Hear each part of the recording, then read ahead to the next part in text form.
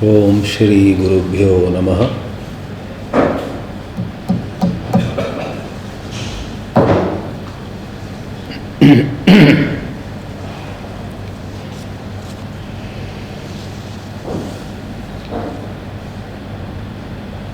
It's a great evening. I am delighted to be here. After a long time I have come to this part of Mumbai. And what a wonderful discovery of such a nice place with beautiful vibrations. There's a great blend of old and new at this venue. And I am sure the audience, the speaker, everybody add to it the beautiful rendering of certain bhajans. Everybody has a very receptive mind. With this advantage, let's together plunge into the chosen theme for this evening, tips on conflict-free living. Certain insights from Upanishads. The word conflict can on one hand be taken in a very general sense, where all kinds of inner problems are a conflict. But to be a little more specific, I would go by the very direct meaning of conflict. Conflict requires two things. When I have a conflict, I am asking myself, shall I do this or shall I do that? Shall I say yes or shall I say no?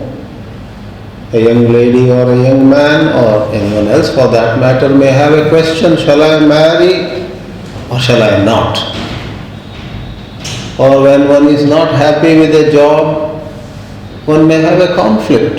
Day and night one is thinking, shall I stay on in this job or shall I quit?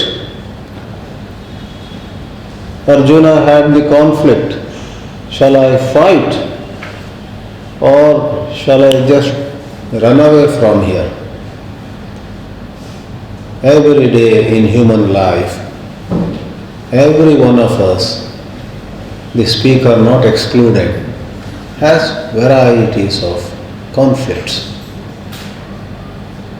Some of us, like the speaker, at a young age had a conflict. Shall I go the usual way, have a job, marry and those things? Or shall I go to the ashram? And whatever factors pushed me towards the ashram. But does that put an end to conflicts? Wherever you go, there you are. There is a book by that title. Wherever you go, there you are. That book finally says, wherever you go, the dynamics of human life won't spare you. Go to the Himalayas, go to the plains, go abroad, anywhere. Become a sannyasi, sit on a pedestal and speak to a dignified audience in South Bombay. For a while, yes. But then conflict returns to us. So the conflict is between two choices. I would like to deal with this theme on two levels, and on both the levels I will share with you certain guidance that the Upanishads, which are a part of the Vedas, since the Upanishads are such a part of the Vedas that give the final message, the ultimate message of the Vedas. The Upanishads are called Vedanta. Isha or Kena, Kata or Mundaka or any other. And that wisdom is later on given in so many other books of wisdom, including Bhagavad Gita. These sacred treatises, dialogues, revelations, call them as you may, throw light on human life. What are those two levels on which we wish to handle this theme? One is the relative realm. There is a conflict and you and I feel strained because choice on one hand is something everybody wants. I must choose. Don't dictate for me. Leave it to me. I will decide. Every one of us says. On the other, when we have to decide, we get strained. Oh, why should I decide everything? Isn't there somebody who decides for me and I just go in an autopilot manner? We wish some benevolent power or a friend or some person keeps everything ready for us. Choice is a problem, no choice is another problem. But the first level I am talking of is we have to choose, but it is so difficult to decide. Someone is giving us a hard time. Should we roll up our sleeves and hit back? Or should we just lie low? In the first case, our conscience feels very bad. I do not wish to be violent. I cannot be comfortable with violent responses. I don't want to hit back. In the second option, if I just allow her or him to do whatever they have been doing, then a part of my mind says, am I making myself a doormat? Am I not even encouraging the other person, the oppressor? And as you know, these happen not only on individual levels, between groups, between countries, and so on. On all levels, there are conflicts. So the first level is conflict of the nature of shall I do this way or shall I go that way, being a given. There is conflict in human life. That means you are and my life. The first level is to equip ourselves to have a greater strength to meet with the conflict. When we do not have the strength within us, we choose either way. I hit back and for days to come, I suffer. The person whom I hit recovers within half an hour. But I take several days to recover from that whole motion because I don't have inner strength. And I don't hit back, I lie low, again everything is affected. I cannot sleep, I cannot eat, I cannot concentrate on my work. That conflict is continuously bugging me. Lots of eminent people also, lots of spiritually advanced people also had conflicts, have conflicts, will have conflicts. Conflicts do not spare the rich or the learned or the pious. Many a time you find the eminent ones, celebrities, have more terrible conflicts than you and I have. Just yesterday we would have envied somebody. How fortunate they are. Such wealth or such fame, such name, such position, such regard wherever they go, the way they are received. Oh, I wish I was like that even for one day in my life, and so on. But today we discover something about them when somebody says, don't you know the trouble she has or he has? He said, really? I never knew this. More and more we see life. Everybody goes through various conflicts. So the conflict, without changing it, those of us who are stronger within, not in the sense of being a big bully or so, but stronger in a mature spiritual sense.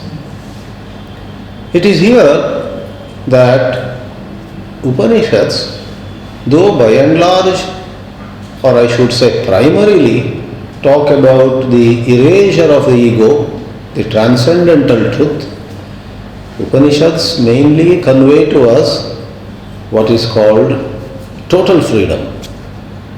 Upanishads are named Moksha Shastra. They are not Dharma Shastra. Upanishads have the key to liberation. You finish with the problem. You transcend. These are the words used. We will come to that in the second level. Though Upanishads primarily are supposed to give that transcendental wisdom, which is praised in unbelievable language, beyond space, beyond time, beyond causation. You no more remain a person. You become pure consciousness. You discover there is self-realization. Then you are radically changed, totally transformed. All that is not just blah blah. That is the main teaching. We will come there.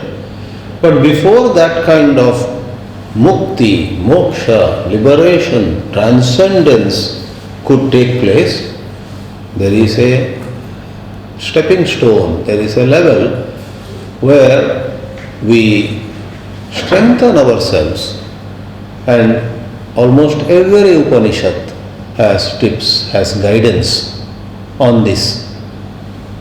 Let me share with you a few examples.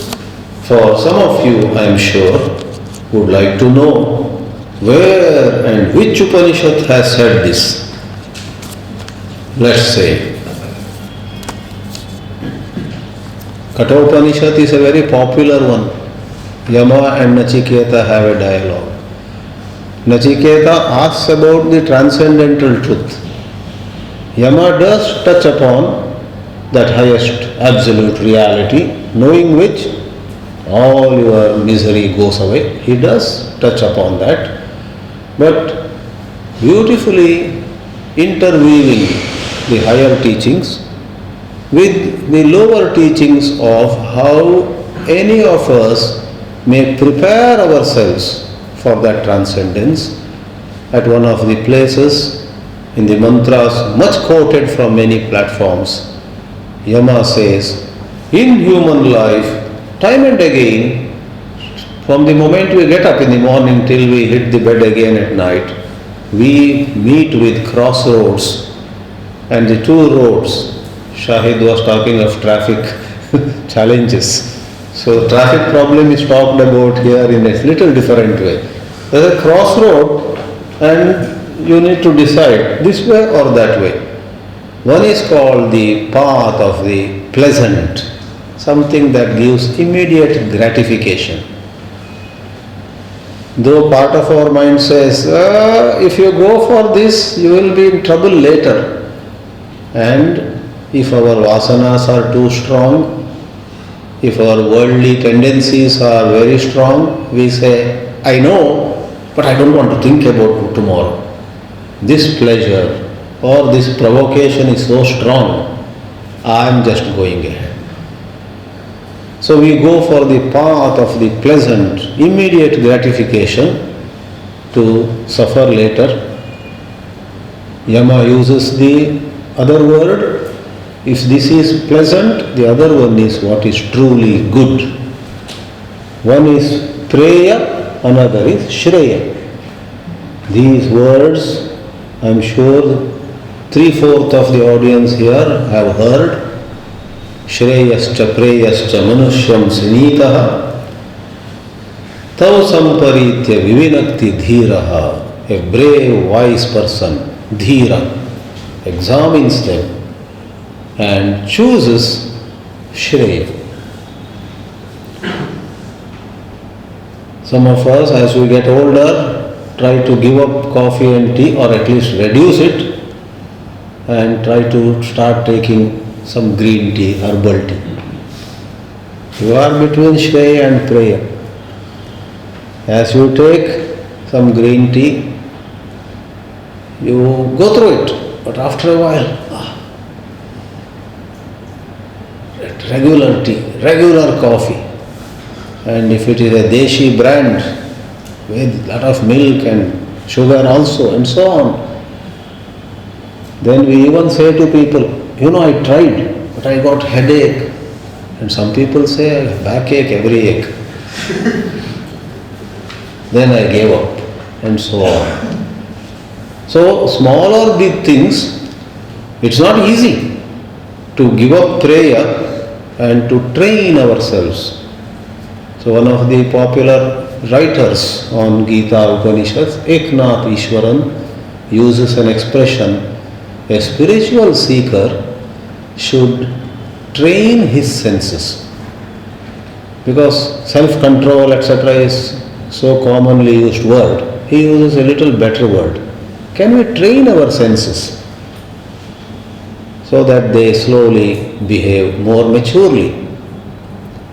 So, more and more, though there are temptations, if we say, no, I have committed these mistakes before and I have paid for them, I don't want to go on paying.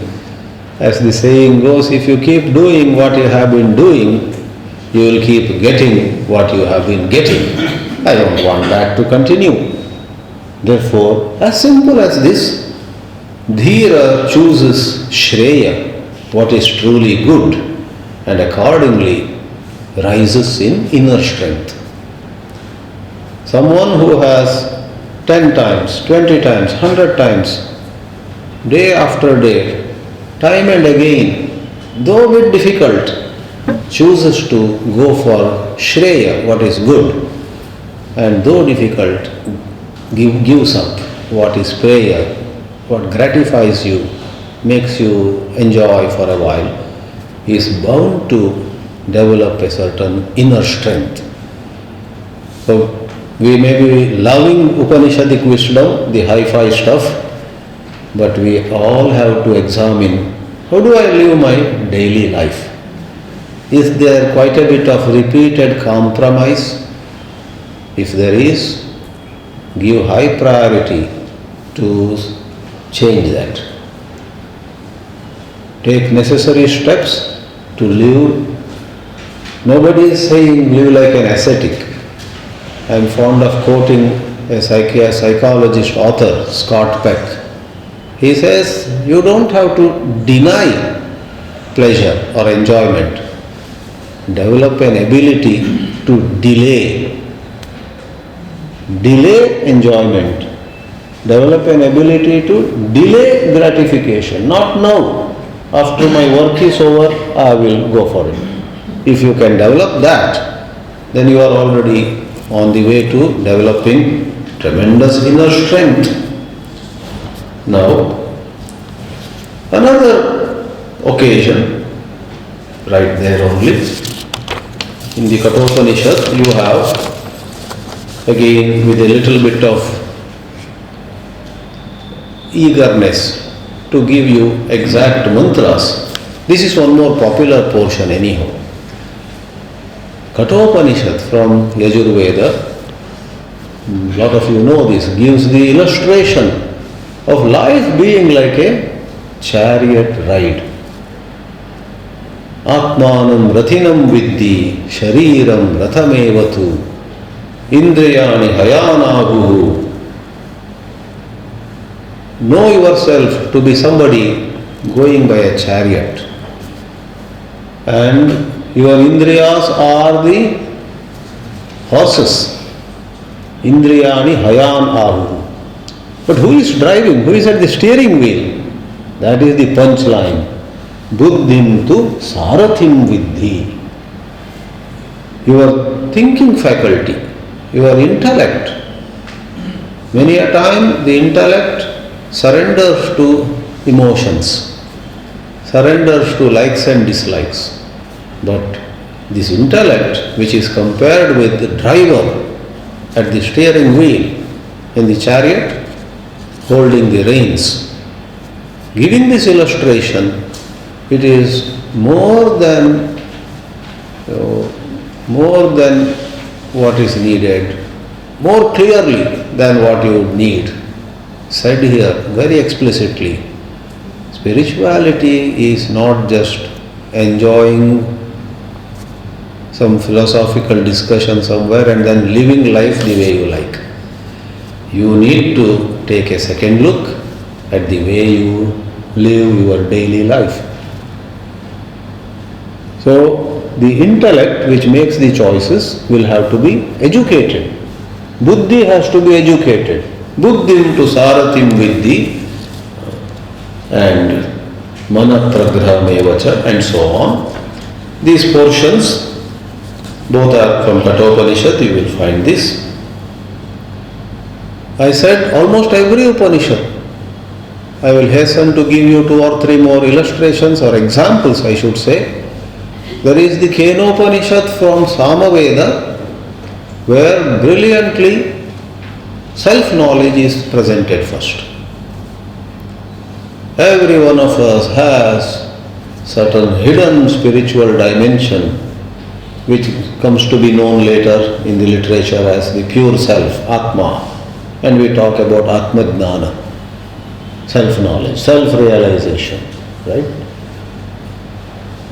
The first 75% of the Kenopanishad, a short Upanishad, not very long, deals with self-knowledge.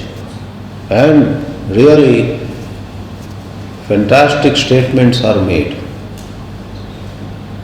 The mind cannot know it, the mind is empowered by it. Those who say they know, they don't know.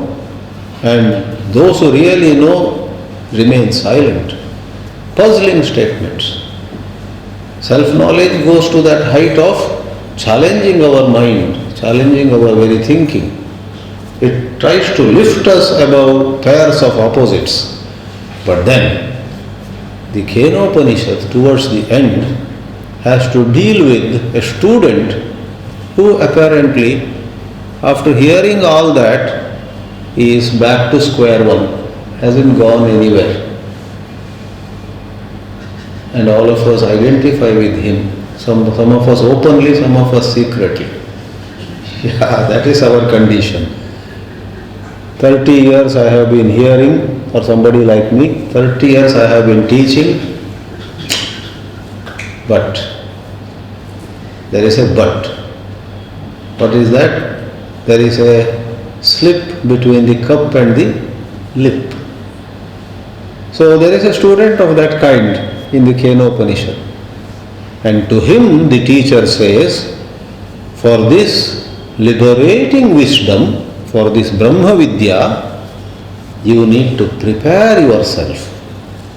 And almost towards the end of the Kenopanishad, Kenopanishad has 4 chapters. The 4th chapter, 8th mantra. Another 2 mantras, the Upanishad is over. There is this mantra, Tasyai tapodama karmeti pratishta Veda sarvangani satyam ayatanam.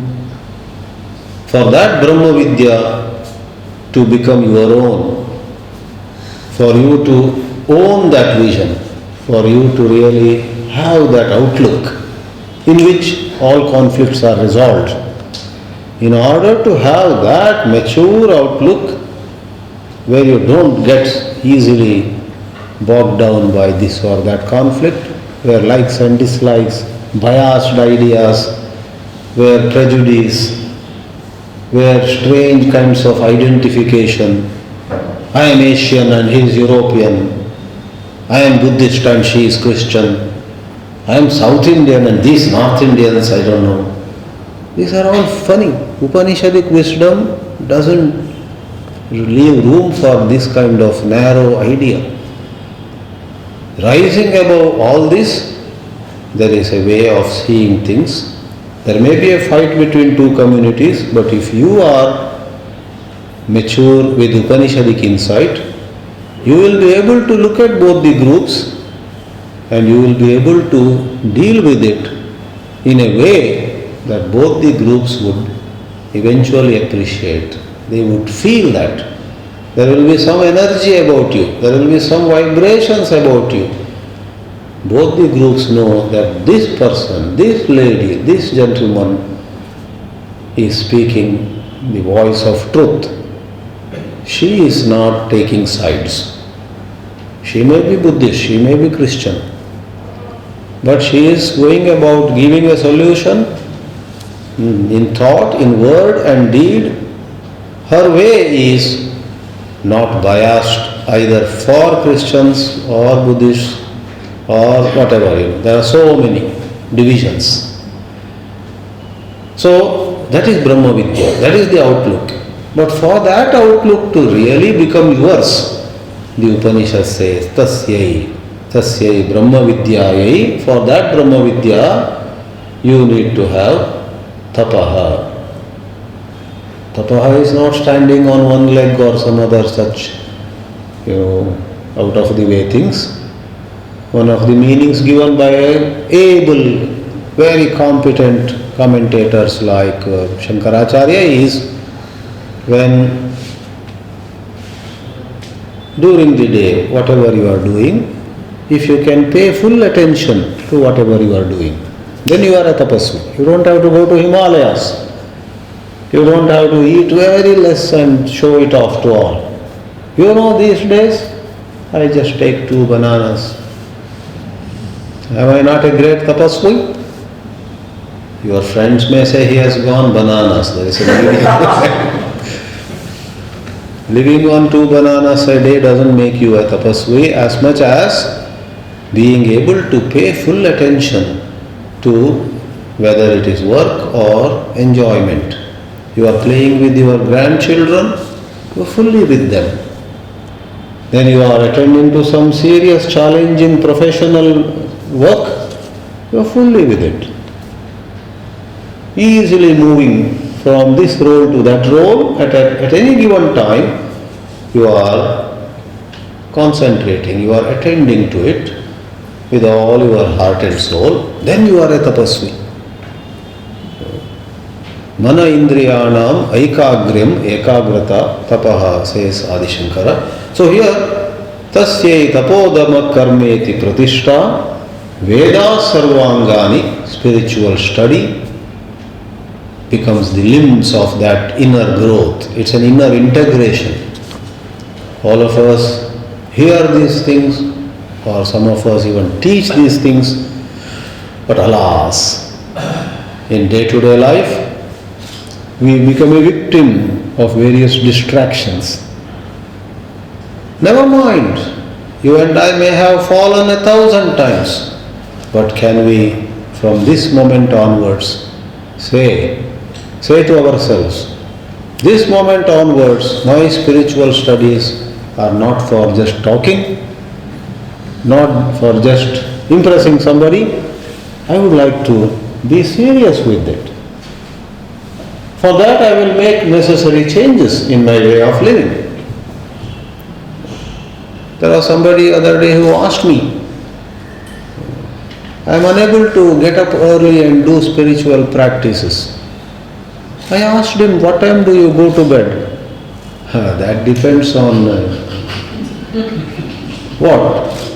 There are some television programs and then there are this, then there are that. Then if there are guests, if there are 100 things.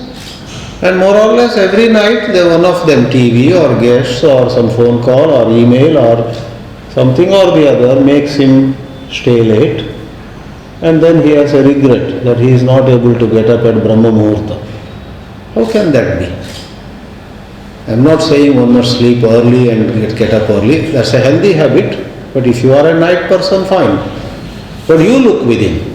Everybody should look within. Where is it that I am being penny wise but pound foolish? Where is it I have contradictions in life?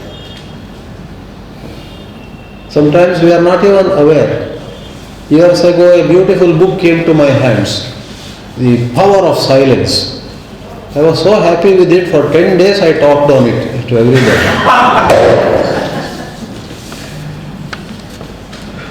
So, of course, for both humor and to illustrate a point, you and I many times are not aware. On the 10th day I realized, this book is talking about the power of silence. And whether the other person is interested or not, I am telling them, have you read that book, Power of Silence? Come sit down here. So of course I am slightly dramatizing. In various ways, food or talking or sleep or buying, selling, 100 things. Many times we are not aware that there is a lot of wastage of energy. Just we go on buying, accumulating. There are people who buy and then they don't open the box also. I know a few people like that. It is a psychological disorder almost. They buy things and bring, and then they are so busy with their profession, it remains unopened. So look and find out for yourself. So tapaha, damaha, etc. are in that way what you call certain arrangements, certain restructuring our life. One or two more examples. Satyam vada, dharmam chara is again from an Upanishad. Taittiriya Upanishad, first Valli, talks about the paramount importance of truthfulness. Look inside, look into your own life. Are there many occasions when you tell a lie and then say to your near and dear ones, you know, sometimes we'll have to tell this lie. Oh, sometimes. How often? You know, when we look within, we find that it adds up. One lie leads to another lie, a chain of lies, right? So, with these few examples, I wish to say that scattered in the Upanishads, there are concrete tips on how we may live a more conscientious life where we are listening to our conscience. Otherwise, we are suppressing that. The inner voice says, hey, that's your own son. Don't tell him a lie. We say, yeah, but this time, I cannot afford to tell him the truth now. I'll tell him eventually. But it gets complicated. To our own spouse, to our own children, to our own parents, to our own teachers or students, and the challenges of relationships are the same. In intimate relationships, we are unable to be totally honest, and then we have time for everything else, but no time to sit and reflect on this. Why is it? Why not? Tomorrow I want to tell the plain truth. Oh, no, not tomorrow. Let the new year begin. 3 days to go. Find some pretext, some excuse to postpone. So, then you don't have inner strength. If the bricks are all weak, the wall built of the bricks is bound to collapse. If the material used to build a bridge is poor, then within a few months or years, the bridge will collapse. Our life is like that. So human values are taught in all the Upanishads. Now, the second level. The second level says, if you really have developed that inner strength, more than being honest to others, if you have arrived at a point in your life where you are honest to yourself, you are neither hijacked by some impossible ideals, which also is a peril sometimes, nor have you settled for just some kind of sense-driven, sensual life. These are the two perils. If you go too much by your likes and dislikes and urges on the plane of senses, you don't have the inner strength required for Brahma Vidya. Or if you have gone for some impossible ideals, neglecting the actual, not respecting your true needs, because you read some book or you saw somebody and you imagined that I should be like him. Do you know how he is actually? You don't know really. Many a time we come under some fancy. We come under some kind of imagination and abruptly we decide on a course of action. We announce also to the world, I have decided. Whether it is in the religious sphere or even in mundane matters. You get a high, impossible materialistic ambition. Not possible. And then you suffer under the weight of it. Then you won't be able to pursue. So, if you have lived a life of a good degree, if you have not, begin today. You live a life of least contradiction in yourself.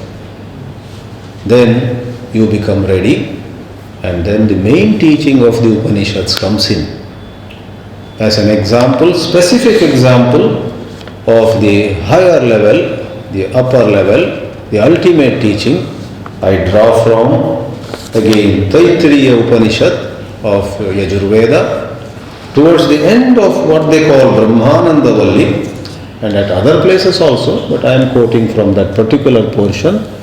There is a very, very mind-blowing statement. Let me say it in English first. It says, this person having that new outlook is never troubled by either regrets of having done what should not have been done, or by some turmoil about not having done what should have been done. The words used in English language are errors of omission and commission. We have turmoil within us, our mind goes back to the past. I should not have done that, but I did. I should not have said it, but I said that word to my own mother, to my own ex-wife. Then there is a conflict. See, one more form of conflict is what I want to be and how I see myself to be are at much variance. This is not what I wanted to be in life. Suppose you and I, have a conflict over it. What I wanted to be and where I have landed, not acceptable. If we say that is a major conflict. And this mantra in my Taittiriya Upanishad says, a person, lady or man, young or old, European or Indian, no matter what religion she belongs to, what nationality, Upanishads are not about supplying insights to any particular community. It's a universal science. A person, whoever it is, has this insight, this understanding, will not be troubled by conflicts of either omission, commission. Let me read the mantra proper. Etagam bhavavana tapati kimahagam sadhuna karavam Kimaham papamakaravamiti saya evam vidvanete atmanaggas pranute ubehe vaisha ete atmanaggas pranute ya evam veda ityupanishat. In the last portion of Brahmananda Valli, the mantra means Kimaham sadhu na akaravam. Sadhu means good things, things that we need to do. And there is a conflict. I didn't do na akaravam. I didn't do what needed to be done. Kimaham papam akaravam. Did I do things which were papa, that is sinful? So, turmoil inside. And in extension, as I explained already, it is about, this is not what I wanted to be, but I have come here. That is what I want to be, but that's a long way to go. I think I have lost the game of life. This life has gone a waste, and so on and so forth. Long ago, once I was lecturing somewhere, and a lady in the second row was continuously crying. I thought my lecture was so horrible, she was crying away. Sorry for the silly humor. It's humor only. Later on I asked her over tea time, it was some kind of a seminar format, why were you crying? She said, sorry about it. No, but why were you crying? Don't say sorry. And that was a revelation to me what she said. She said, I am saying sorry to you because I became emotional and did not listen to your lecture at all. But then why were you crying? The question remains. She said, Swamiji, those days I was 36 or something. Now I am 59. So I was a young Swami, and this lady looked at me. She was that time 60 or something. And within few seconds, she was overpowered by a thought. I should have taken that path. He is 36 and already a sannyasi. I have messed up my life. At 36, if I had done what he had done, she is imagining fully. She doesn't know my life fully. I have my own problems, you have yours, she has hers, he has his. This is what I call the ideological trick. I look at somebody, the way he walks or he talks, then we imagine, I wish I was like her, I was like him. So this happens with people in the world, about sadhu sannyasis. With due respect to all those saints, you should not lose your reason, you should not lose your objectivity. You should not get carried away by some kind of fancy. So this woman, I have all sympathy for her. She thought, here is a 36-year-old sannyasi, already enlightened. Must be. If I meet her, I will tell you I am not yet there. Another, how many years? 23 years have passed. That day you thought I was enlightened and you cried about your life. I am not yet there, madam. We are still together traveling. Come on, let's go together. So see what the mind does to us. In contrast, the Upanishadic wisdom says to us, first you bring some order in daily life, beginning with this moment, beginning with small choices. To quote Ishwaran once more, he says, small victories lead to big victories. Somebody was saying, I plan to work after dinner, but I get so sleepy, I fall down, I drop on the bed. What to do? So I said, try one thing. After dinner, don't plan to work a lot, but just plan to work for 15 minutes. If any difficult work is very hard, then do some, answering some email or putting papers in order, some simple mechanical thing. But don't drop on the bed immediately. That person sincerely took my advice. And later on he met me and said, your advice is doing wonders to me. I said, how? Because you told me I started, though I was feeling tired, sleepy, the bed is tempting.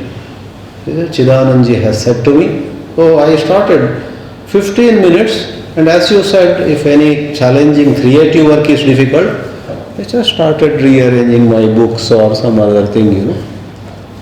But in 15 minutes that sleepiness, tiredness disappeared.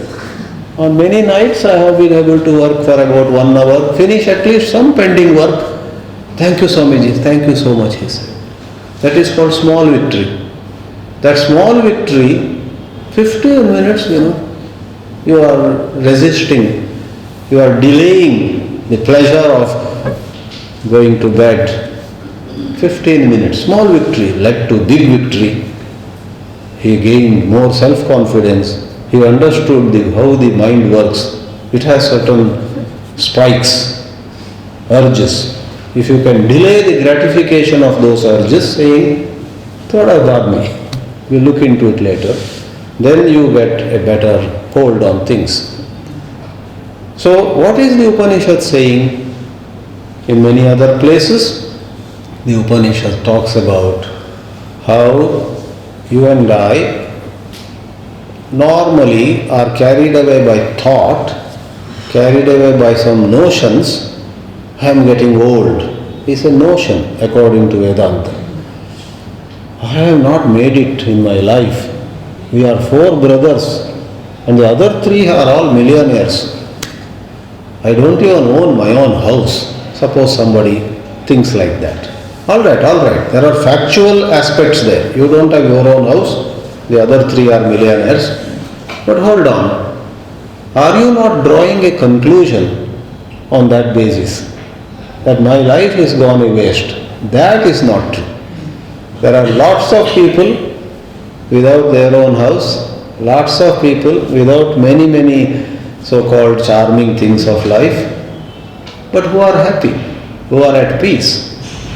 So that you don't own a house, this is interpretation of Upanishadic wisdom, is a factual side, and to draw a conclusion, therefore my life is a failure, is a psychological error.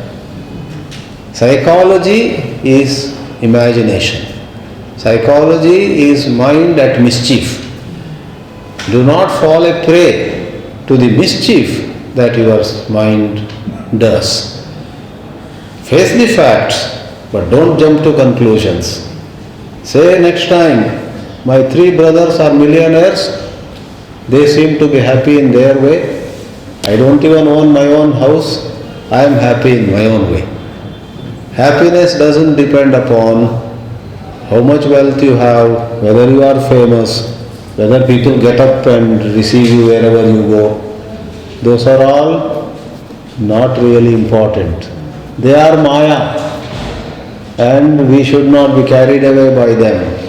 If you are famous, okay. If you are not famous, equally okay. This is wisdom.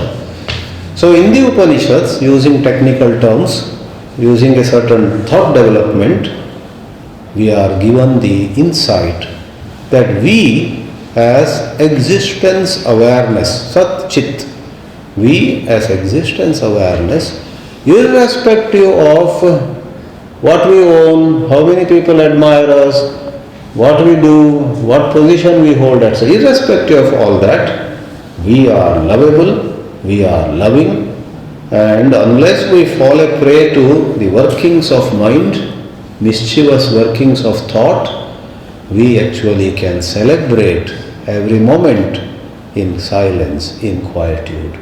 That is described by the Taittiriya Upanishad. When you have that wisdom, etagam havavana tapati na tapati, varieties of conflict do not trouble you. In summary, the higher level consists of slowing down in the working of thought, watching thought, asking fundamental questions like who am I, and engaging with that question with certain vigor, with certain strength. If you are not able to do it on your own, get a little guidance, but don't hold on to the Guru for all time. Both of you will be in trouble. Get guidance, then work on your own, and engage with these mighty questions. Who am I? Who am I?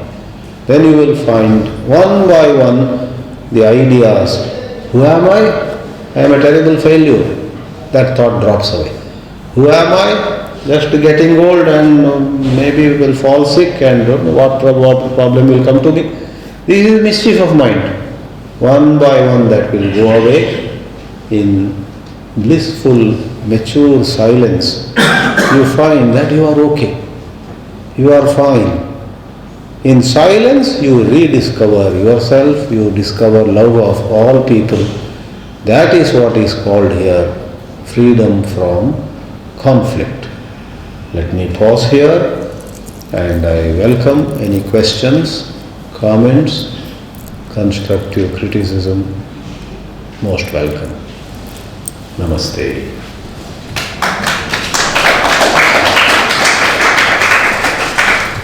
Does anybody have any questions?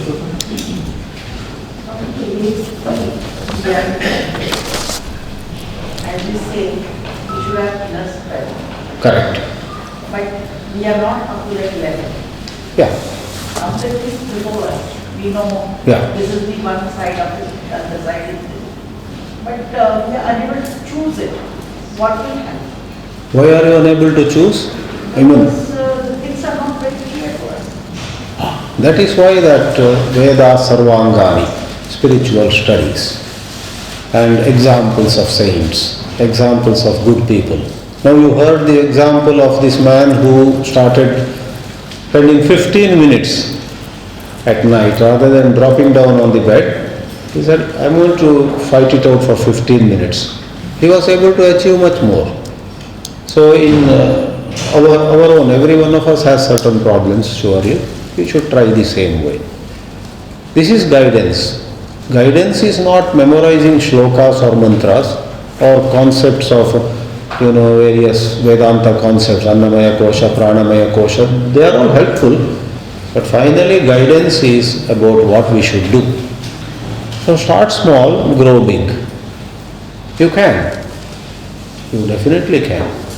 If you say you are not clear, then such sessions and discussion with teachers will help you. Yeah. I've been studying religions for many years now, and I make films on the subject.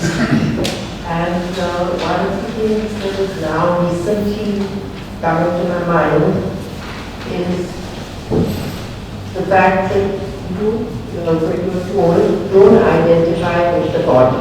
Okay. Right? Yeah. I can't see you.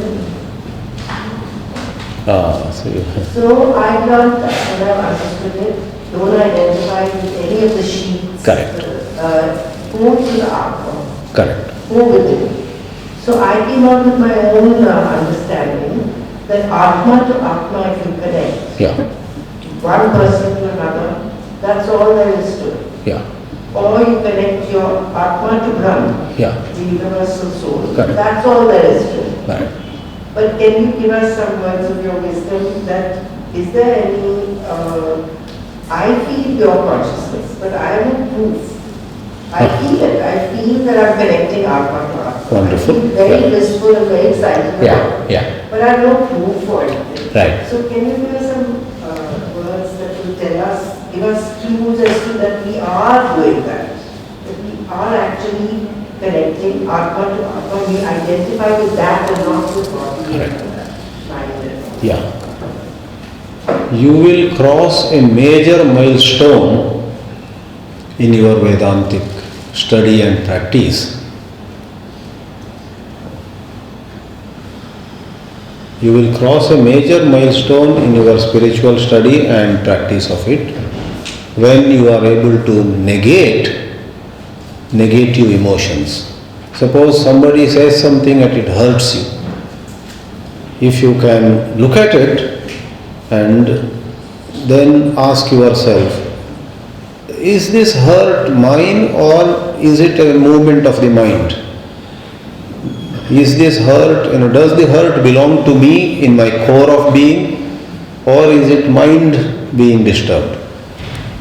So body develops a problem. We fall down and hurt, or we have fever, or some other old age problems, whatever. There also, in your inquiry, in your meditation, if you ask yourself, am I really bothered about this? And part of your mind says, yeah, with all my Vedanta wisdom, it bothers me to see that my legs have pain or back pain, whatever. Then we say, no, we will do what needs to be done, medical help, etc. But I should not be identified with it. I should not be obsessed with it. I should not stretch it beyond a limit. Stretching is day, morning, afternoon and evening if we worry about a problem we have, physical problem, financial problem, relationship problem, that is stretching. Whereas you attend to every problem and do what can be done, then that ability, and that is said in the Upanishads, this negating. See, when you stretch, there is a psychologically induced extension. And negation is not to do that. And in the Brihadaranyaka Upanishad, the famous line Neti Neti of Yajnavalkya, it has this implication. The moment something happens and by old habit our mind says, how sad, nobody respected me. If we are a good Vedantin, wait, hold on, we say to ourselves, nobody respected me. Which me? The Atma? Suppose you or me or he or somebody goes somewhere, our own relatives, friends, some people, we expected them to smile at us and ask, how are you uncle or how are you auntie or whatever. They instead just looked in another direction, let us see. And you go to a nephew and say, hey, how are you? Auntie, can I talk to you later? Something like that. Normally it hurts us. This fellow, when he was 2-year-old, I had taken him in my arms. I did so much for him. Now he doesn't have 1 minute for me, like that. So Brihadaranyaka Neti Neti says, what he does, what that nephew niece does is up to him or her. In my reaction, I have got a feeling that I feel insulted. Who is this I? That is Ramana Maharshi's who am I? The habitual mind says, of course you the aunt. You the aunt is insulted. I said, that is okay, Vyavahara. But in the light of all my Vedanta studies, am I the aunt? Aunt is okay, drop in the bucket. I am an aunt, of course, I don't 100% deny it. But I am much more than aunt. So this thinking, this contemplation helps us to negate that extension. A pinch, is understandable. I feel pinched. Because I expected this nephew to smile at me and ask me, Auntie, so nice to see you. On the contrary, first he avoided me. Then I went after him. Then also he says, he's checking some WhatsApp. Can I talk to you later? You feel you have a conflict whether to punch him or punch that mobile. I'm just joking. So, negate, that is the identification. Also is being a sakshi, witness is connected with all this. Yeah, being a witness is not a mute. Correct. Being a witness involves this operation of the intelligence. Yeah, I am a witness means I am looking at this pride or hurt. Not part of it. And some waves rise. Intelligently I see the falsity of that wave. So to see the false as false leads to its exit. We all go through, in relationships. We see the false, but it seems to be real. Examine, then we say this is false. And the conclusion is false. Because the nephew did not talk to me, there is a conclusion. What is happening to me these days? My own nephew doesn't respect me. Where have I arrived? This is habitual mind. Look at it. I have not arrived anywhere. I don't have to arrive anywhere. I am fine. And this fellow seems to be in his own world. God bless him. You move on. That is negation. That is the Yajnavalkya's powerful negation. Yeah, welcome. Yeah, here, yes. We have room for a couple more questions.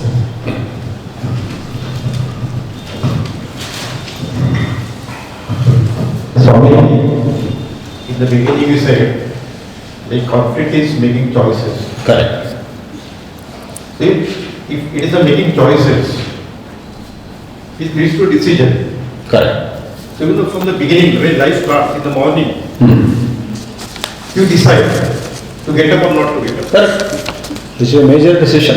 Each moment, is a conflict. Yeah. You take a decision. Correct. To take a decision require choices. Right. For choices you need a conflict.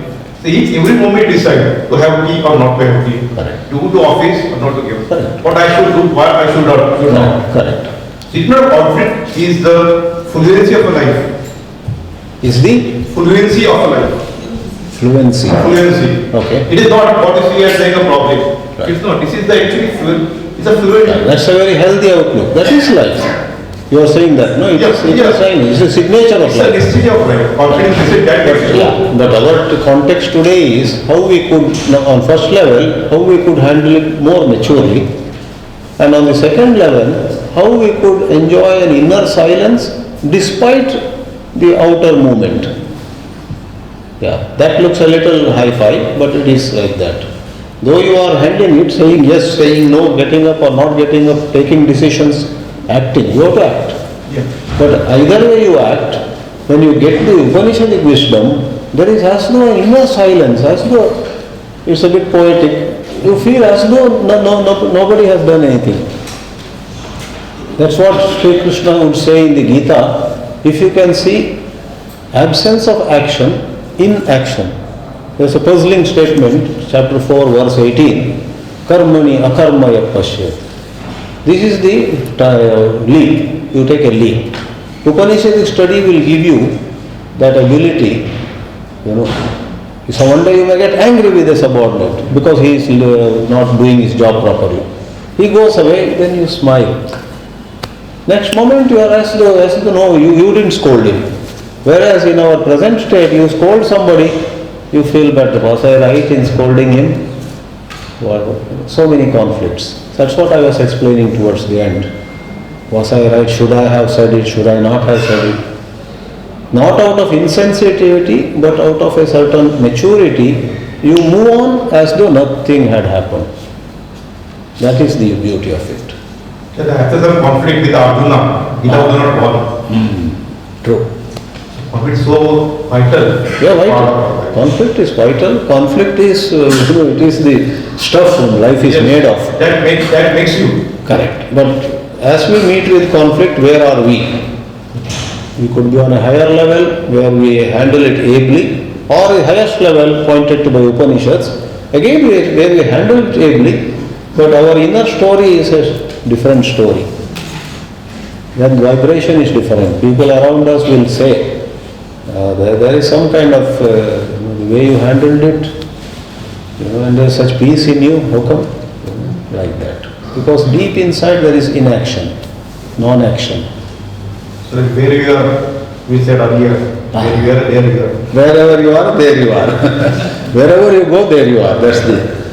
Any last question? Okay. This is the last question. The last, with some time constraint is this. Swamiji, would it make a difference if you're lucky enough to have a special relationship where you really connect? Correct.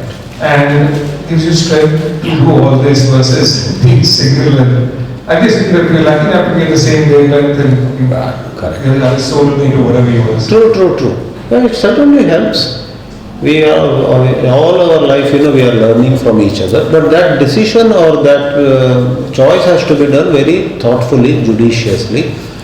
As I began Yama's, Shreya and Preya. So in any partnership, man-woman or two men, two women, this business partnership, life is full of many partnerships, So when we are partnering with somebody, I fully respect what you said. There can be a lot of enrichment. If you surely feel that there is a certain value-based enrichment, You must go for it.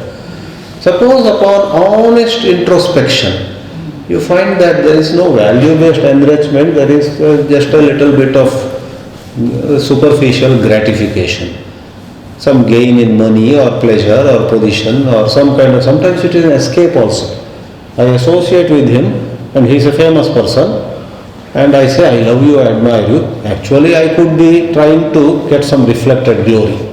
Because I am suffering from a certain sense of inferiority, I am nobody. Now people ask me, what are you? Who are you? Don't you know? I am working in so and so's office now and I am his PA. So we need to examine, is there a pleasure drive? Is there a escape? Is there some, unhealthy thing? Generally it is a mix.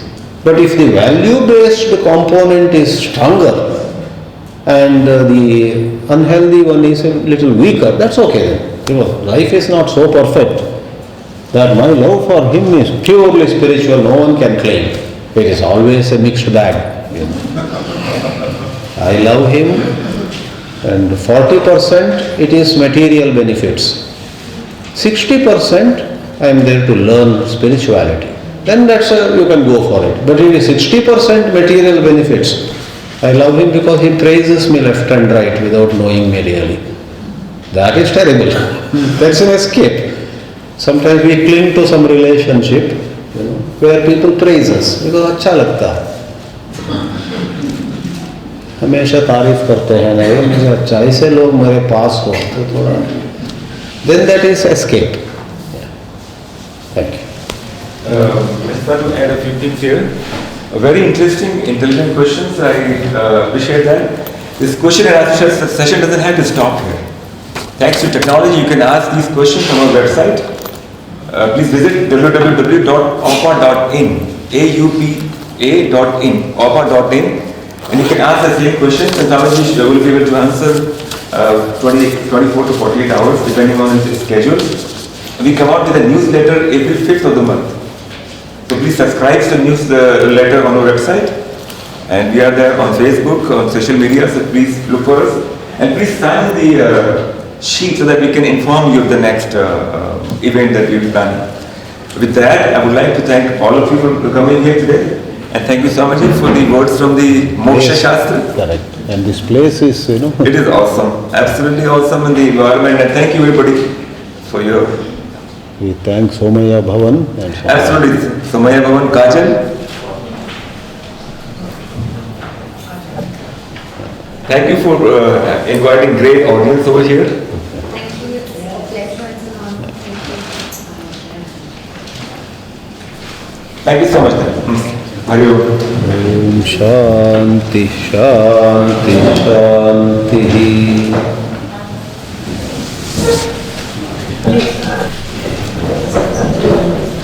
नमस्ते नमस्ते अच्छा लगा हम मिले हैं पहले भी ना नहीं शायद आपका शुभ नाम Vandana nice meeting you see you oh hi नमो so we'll meet next time and I'll try to visit you next time. Arun Sheen's my cousin. I couldn't come to Sikkim. Wonderful. Your good name? Rajendra Shah. Rajendra Shah. Nice to know that. And I spent 1 year at IIT. Oh, I see. Okay. Yes. How are you?